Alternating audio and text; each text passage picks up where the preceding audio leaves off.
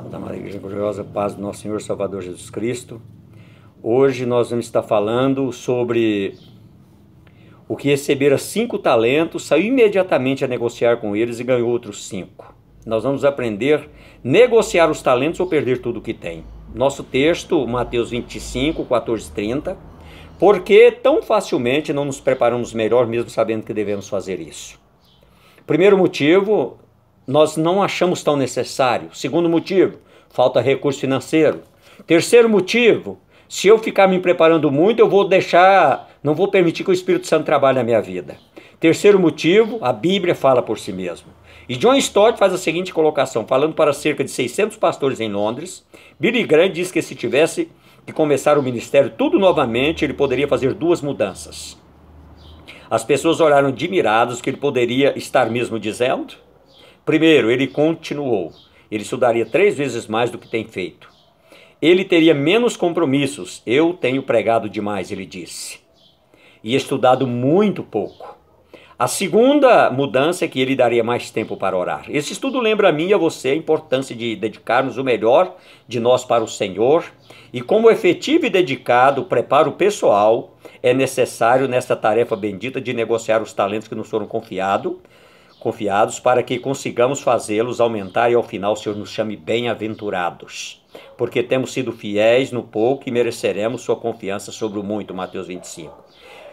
Nós vamos descobrir os convites ao preparo do obreiro cristão. O valor do preparo se evidencia quando acertamos nossa visão acerca de Deus, de nós mesmos, das pessoas entre as quais nós ministramos. Primeiro, uma visão correta de Deus do que Ele espera de mim e de você. Evidentemente, o nosso Deus gosta de coisas boas. Vejo na insistente exclamação, após cada ato criador no Gênesis, como interessava ao Senhor que tudo fosse muito bom. Podemos ainda perceber que todo o espírito do Antigo Testamento, como devia ser o templo, a oferta dedicada ao Senhor, cada servo do Senhor, claramente o Senhor não aceitava que algo que não fosse digno do teu governador fosse a ele oferecido. Malaquias 1:8. Os ensinamentos de Jesus que se referem ao nosso compromisso no preparo para servir melhor é uma das ideias mais marcantes nos evangelhos.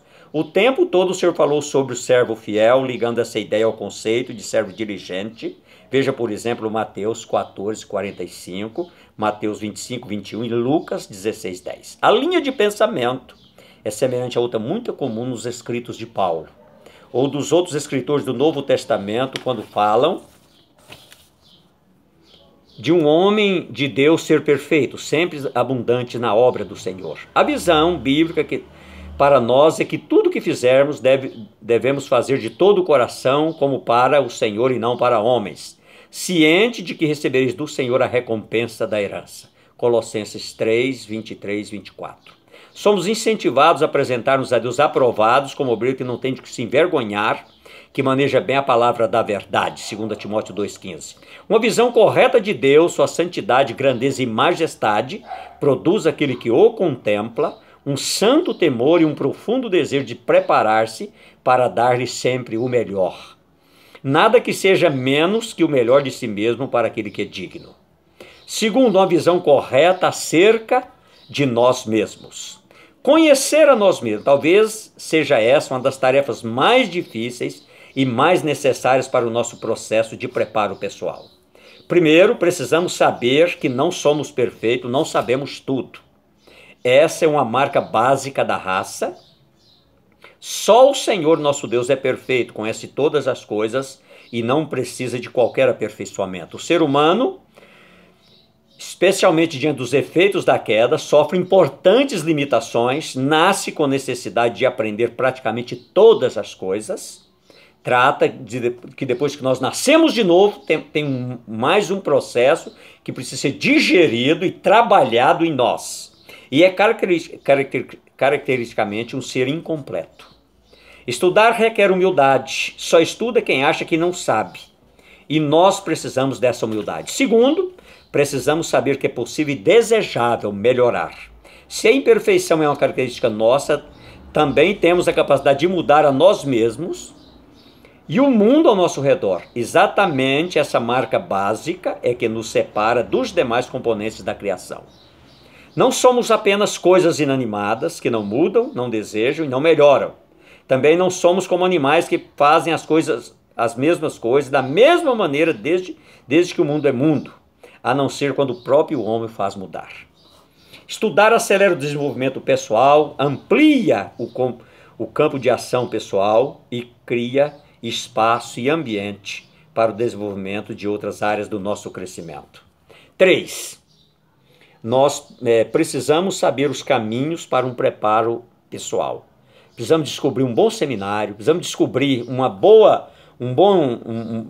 lugar onde bons professores, bons materiais didáticos, para nos prepararmos cada vez melhor.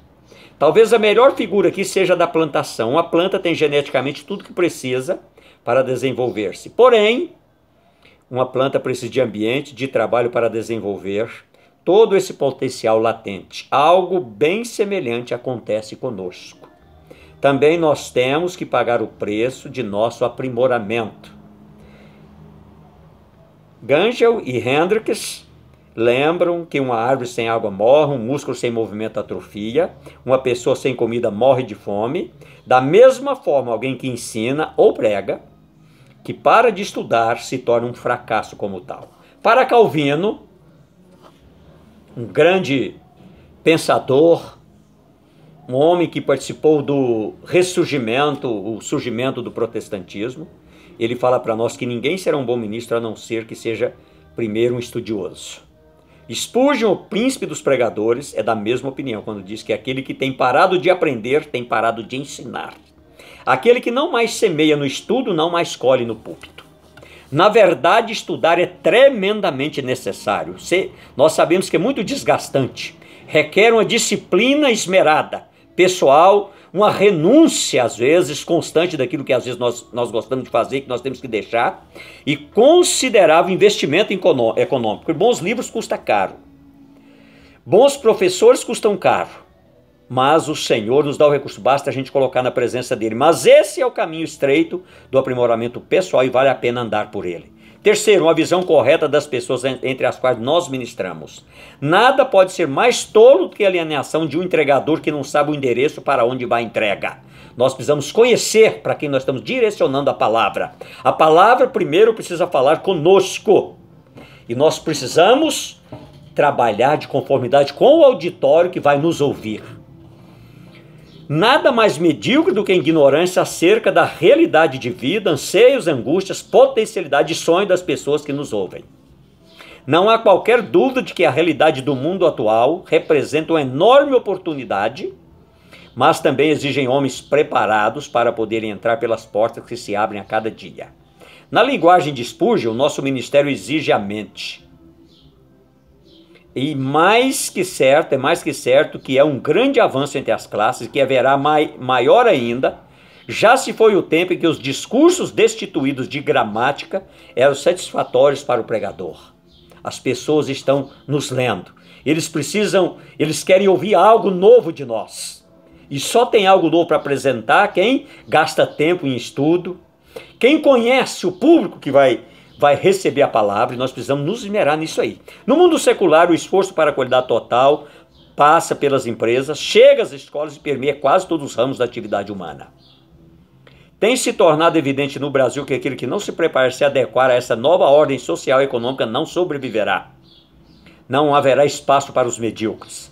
Todos estão planejando cursos de reciclagem, propiciando educação para funcionários, cursos breves, bolsas de estudo para cursos no exterior e correndo em busca de um necessário aperfeiçoamento. Os pastores que desejam servir de forma efetiva, nesse contexto, há de dedicar-se ao máximo para não se mostrar alienado, desinformado e incompetente. Também na igreja, os crentes olham para os pastores com pesar, se percebe que nós não estamos acompanhando a capacitação cultural e estudantil da congregação e que perdemos o bonde da história. Por causa de nossa pesada carga, muitas vezes aumentada por causa de nossa preguiça e falta de visão. Nos casos mais extremados, eles percebem com tristeza o desrespeito por parte dos pastores, que deveriam lhes oferecer o melhor, mas não lhes oferecem mais do que o ministério que mal cumpre sua obrigação legalista. Para concluir, num livro traduzido para português em 1956, Cambridge apresentam uma palavra profética para a realidade brasileira atual. Temos o grato privilégio de viver numa época da história quando o cristianismo está demonstrando o seu poder e a sua influência na civilização. As condições favorecem os pastores preparados, estudiosos e enérgicos, porque uma porta grande e oportuna para o trabalho se me abriu e há muitos adversários. 1 Coríntios 16, 9. Nós precisamos nos esmerar no preparo, nos conhecer nós mesmos e conhecer o auditório para quem nós vamos entregar a palavra. É o que eu gostaria de deixar com você nessa tarde. Medite nisso, obreiro. É o que eu te agradeço em nome do Pai, do Filho e do Espírito Santo. Amém e amém.